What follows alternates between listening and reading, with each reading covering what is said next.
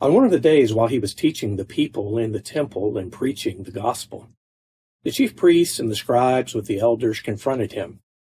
And they spoke, saying to him, "Tell us by what authority you are doing these things, or who is the one that gave you this authority?" Jesus answered and said to them, "I will also ask you a question, and you tell me, was the baptism of John from heaven or from men?" They reasoned among themselves, saying, "If we say from heaven, he will say, 'Why did you not believe him?' But if we say from men, all the people will stone us to death. They are convinced that John was a prophet." So they answered that they did not know where it came from. And Jesus said to them, "Nor will I tell you by what authority I do these things." And he began to tell the people this parable. A man planted a vineyard and rented it out to vine growers and went on a journey for a long time. At the harvest time, he sent a slave to vine growers so that they would give him some of the produce of the vineyard. But the vine growers beat him and sent him away empty-handed. And he proceeded to send another slave, and they beat him also, and treated him shamefully, and sent him away empty-handed. And he proceeded to send a third, and this one also they wounded and cast out. The owner of the vineyard said, "What shall I do? I will send my beloved son. Perhaps they will respect him." But when the vine growers saw him, they reasoned with one another, saying, "This is the heir. Let us kill him, so that the inheritance will be ours." They threw him out of the vineyard and killed him. What then will the owner of the vineyard do to them? He will come and destroy these vine growers, and will give the vineyard to others. When they heard it, they said, "May it never be." But Jesus looked at them and said, "What then is this that is written? The stone which the builders rejected, this became the chief cornerstone. Everyone who falls on that stone will be broken to pieces, but on whomever it falls, it will scatter him like dust."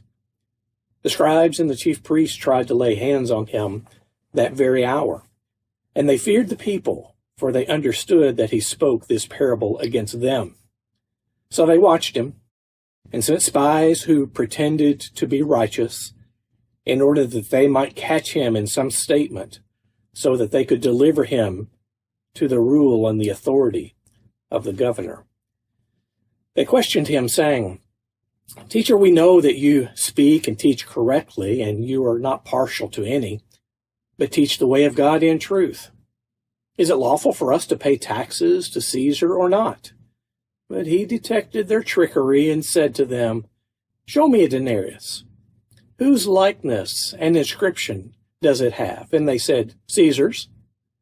And he said to them, "Then render to Caesar the things that are Caesar's, and to God the things that are God's." And they were unable to catch him in a saying in the presence of the people. And being amazed at his answer, they became silent.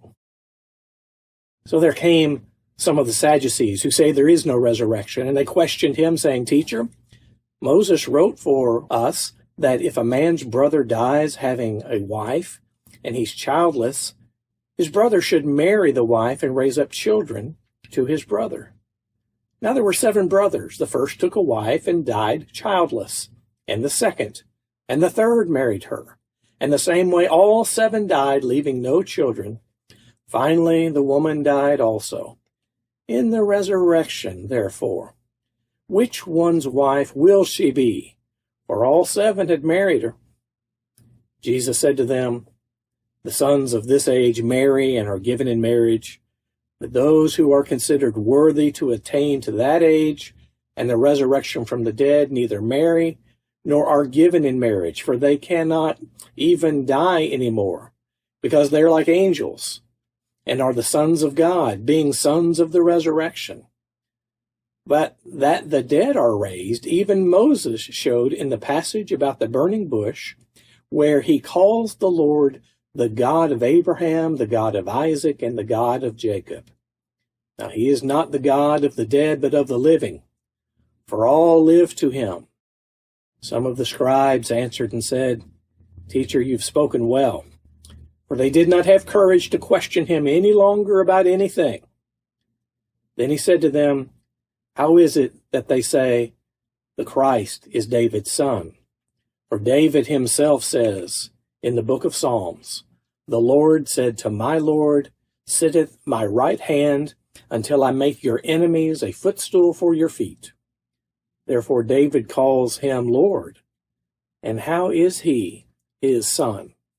And while all the people were listening, he said to the disciples, "Beware of the scribes, who like to walk around in long robes and love respectful greetings in the marketplaces and chief seats in the synagogues and places of honor at banquets, who devour widows' houses and for appearance sake offer long prayers. They will receive greater condemnation."